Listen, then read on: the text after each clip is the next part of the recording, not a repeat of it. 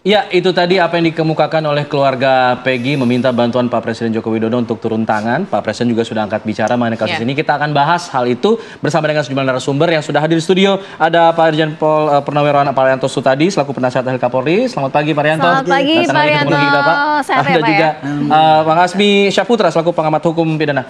Selamat pagi, Bang Asmi. Dan sudah bergabung melalui sambungan daring ada Bang Deddy Purwanto selaku kuasa hukum dari Peggy atau Peron. Selamat pagi Bang Deddy. Selamat pagi Bang Deddy. Selamat pagi. Baik. Oke, Bang Deddy, ini ada pernyataan dari Ibu Peggy meminta bantuan Pak Presiden Joko Widodo. Artinya kalau memang sudah sampai minta bantuan ke seorang presiden, merasa yakin bahwa tidak bersalah, artinya ada bukti-bukti kuat yang mendukung pernyataan tersebut. Apa saja Bang bukti-buktinya Bang? Artinya tadi dari Ibu Kartini ya yang sudah membuat pernyataan untuk meminta bantuan Pak Presiden. Itu artinya bukti yang kita miliki itu sudah jelas-jelas bisa dipertanggungjawabkan secara hukum. Lalu kalau kita sudah ada mosi yang tidak percaya dengan kepolisian kita, atasan Kapolri siapa lagi kalau bukan presiden, ya kan? Apabila presiden sudah memberikan pernyataan bahwa perkara itu harus dikawal secara transparan, ya, terbuka, tidak ada yang ditutup-tutupi, kita masih menangkap adanya sinyal untuk polisi itu menutup-tutupi gitu loh. Ya. Polisi tidak mau membuka, ini kan perkara tahun 2016 yang lalu, ya. Apalagi dengan 3 DPO yang sudah ditetapkan oleh pengadilan yang putusannya itu sudah inkrah. 3 DPO yang sudah ditetapkan oleh pengadilan yang putusannya itu sudah inkrah. Nah, jelas kalau putusan sudah inkrah terus pihak Polda menghilangkan 2 DPO apapun alasannya, ini kan sama saja dengan menghina peradilan. Karena putusan yang sudah ingkrah itu kan bisa jadi rujukan jurisprudensi. Nah, inilah yang harus polisi juga menjadi atensi, menjadi perhatian gitu loh. Jangan seenaknya saja tanpa ada bukti yang kuat, orangnya nggak ada. Tetapi ini malah merucuknya cuma satu orang gitu, si Peggy, yang jelas-jelas ada bukti bahwa dia itu tidak bersalah. Kenapa? Pada tahun polisi saat itu 2016 menggerebek rumahnya Peggy, itu kan dia sudah mengambil barang bukti 2 kendaraan unit sepeda motor yang nggak tahu sekarang entah kemana kan, kita juga belum cek itu kan.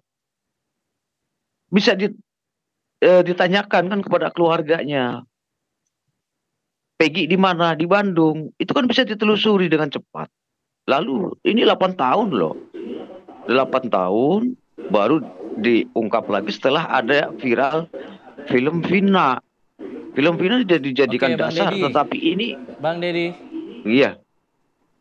Ya loh. Oke.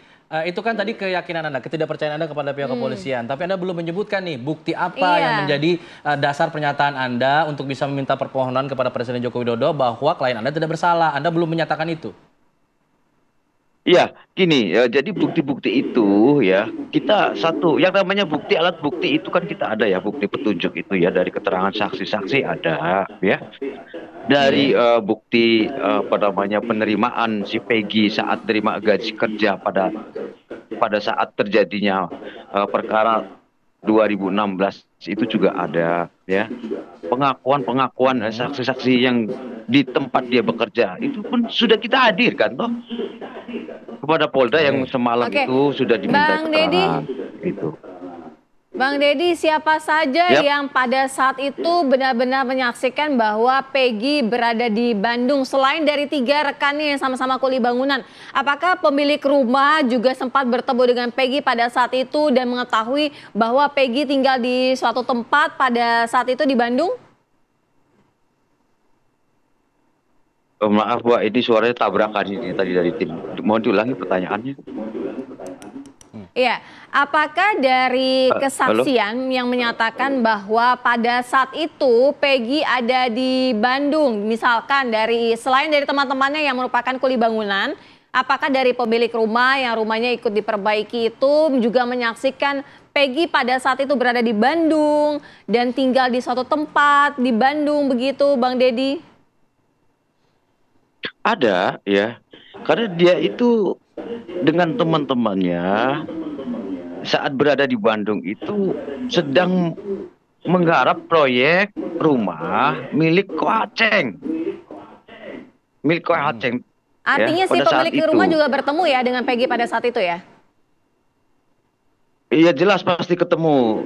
Tetapi kan sekarang Koacheng udah meninggal ya. Itu ada bisa diklarifikasi juga Oke. dengan anaknya yang namanya Pak Agus kalau tidak salah.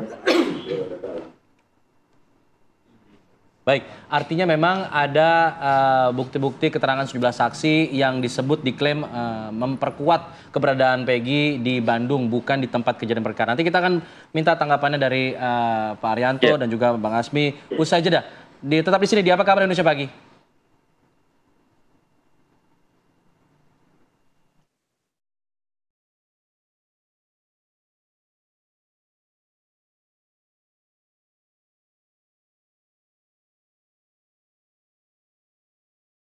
Untuk berdialog mengenai kasus Vina yang juga sudah mendapatkan atensi dari Presiden Joko Widodo, memberikan pesan bahwa jangan ada yang ditutup-tutupi kalau memang ada begitu. Kita sudah bersama dengan sejumlah narasumber di sini, Pak Arianto dan juga Bang Asmi.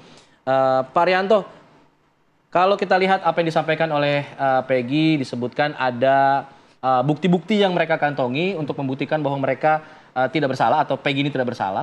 Apakah kemudian bukti-bukti pernyataan dari saksi yang tadi dikatakan ini menjadi salah satu faktor penyebab rekonstruksi yang kemarin harusnya digelar jadi batal digelar? Atau apakah itu mempengaruhi keputusan atau jadwal pelaksanaan rekonstruksi kemarin misalnya? Saya tidak bisa menjawab ya, nggak tahu itu apa kaitannya Barangkali ada dengan informasinya rencana dengan berita ini. Tapi saya menanggapi ini tadi, kenapa kok sampai korban ini melapor pada Pak Jokowi ya, itu merupakan suatu gambaran Pak, bahwa masyarakat sekarang ini masih diperlakukan oleh polisi kurang adil. Kan gitu kan ya, anaknya nggak salah kok kemudian ditangkap, main tangkap saja kan. Nah ini juga harus diwaspadai oleh polisi. Sementara kan polisi menetapkan tersangka ini kan berdasarkan bukti yang cukup. Menurut dia bukti-buktinya cukup. Dan itu pun atas desakan dari kemarin itu. Karena tersangka 88 tahun kok nggak ditangkap-tangkap. Nah sekarang sudah ada kemarin ditangkap. Tapi setelah ditangkap masih dikatakan itu salah tangkap kan gitu kan. Cepetan, buru-buru katanya. Ini kalau bagi saya ya, ini suatu peringatan pada polisi supaya lebih transparansi lagi.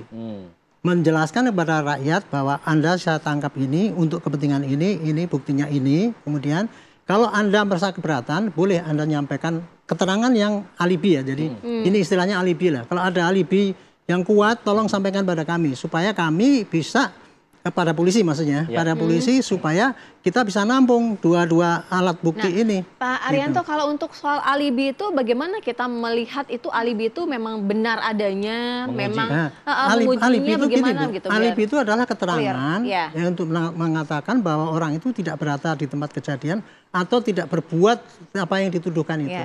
Itu alibi ya jenisnya. Alibi itu bentuknya cuma informasi aja. Nah, informasi itu harus disampaikan pada penyidik supaya menjadikan pertimbangan nanti apakah penyidikan ini bisa terus apa tidak. Ya. Perlu sini saya jelaskan ya Pak. Dengan ditangkapnya Peggy ini ya, kira-kira nanti polisi akan mencari bukti-bukti yang penambahan untuk yang memberatkan bahwa memang Peggy ini terbukti. Tapi juga dia harusnya ya, dia menampung juga bukti-bukti yang alibi tandingan. Sehingga nanti ketika dia menyampaikan kepada jaksa itu, memberikan gambaran yang utuh apa yang telah dikumpulkan bukti-bukti itu, supaya jaksa tidak misleading nanti. Teorinya kayak gitu ya. Jadi makanya kepada si Peggy ini nanti begitu ditangkap, itu nanti prosesnya akan pada penyidikan itu, dan kepada ibu kalau seandainya atau pengacara ya, seandainya itu perlakuannya selama di pertahanan ini diperlakukan tidak fair gitu kan, itu dia bisa counter pada pra-peradilan atau pada Komnas HAM atau pada Propam dan sebagainya. Itu dia counter selama ini. Nah, kemudian untuk bukti-bukti yang tidak mungkin nanti tidak dimasukkan oleh penyidik, inilah yang dari pengalaman saya ya, kelemahan hukum kita ini, sayangnya di dalam KUHP itu tidak memuat bahwa penyidik harus menampung semua bukti-bukti yang disampaikan oleh yang tersangka, bukti yang meringankan maupun yang memberatkan. Tidak harus di KUHP. Tidak ada KUHP. Aturan itu tidak ada. Nah, di sini kalau pengamatan saya, di sini letak sehingga menimbulkan masyarakat itu jadi curiga terus kepada polisi kan gitu. Kalau memang mau perbaikan sistem hukum, kalau menurut saya ini harus diperbaiki. Ada kewajiban pada penyidik itu menyampaikan semua saksi yang ada, jadi dia nggak boleh pilih kasih supaya tidak berkeadilan. Saya kira itu jalannya. Terakhir saya ingin menyampaikan pada penyidiknya, Anda kemarin di 2016 sudah berhasil dengan baik tugasnya. Ukuran penyidikan itu adalah pada apakah tersangkanya itu dihukum apa tidak. Kalau dihukum berarti itu berhasil. Dan kemudian digugat-gugat dan sebagainya apa tidak. Ternyata dulu kan tidak ada gugatan, tidak ada sangkaan dan sebagainya. Berarti dia sudah betul. Jaksa pun sudah betul juga. Tapi yang kita tanyakan ya, dengan bukti-bukti yang minim kayak gitu, ternyata pengadilan juga menghukum kan. Karena sudah inkrah sekarang, maka kita nggak bisa lagi mengkoreksi apa yang terjadi dulu.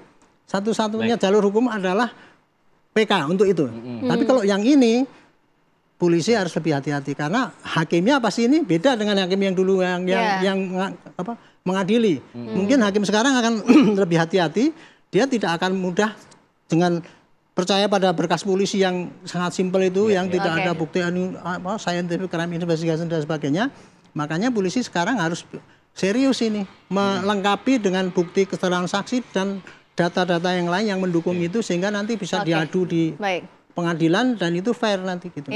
Kira-kira gitu. Baik. Kalau dari Bang Asmi segi hukumnya seperti apa? Ini kan DPO baru akhirnya ditangkap dan juga akhirnya dilakukan rekonstruksi untuk si Peggy ini kan, bagaimana untuk mengetahui perannya. Tapi apakah rekonstruksi ini juga berkaitan dengan yang sebelum-sebelumnya atau seperti apa? Tapi nanti dijawabnya ya Bang ya. Usai jeda ya. Kita harus iklan dulu. Siap. Usai jeda kami segera kembali.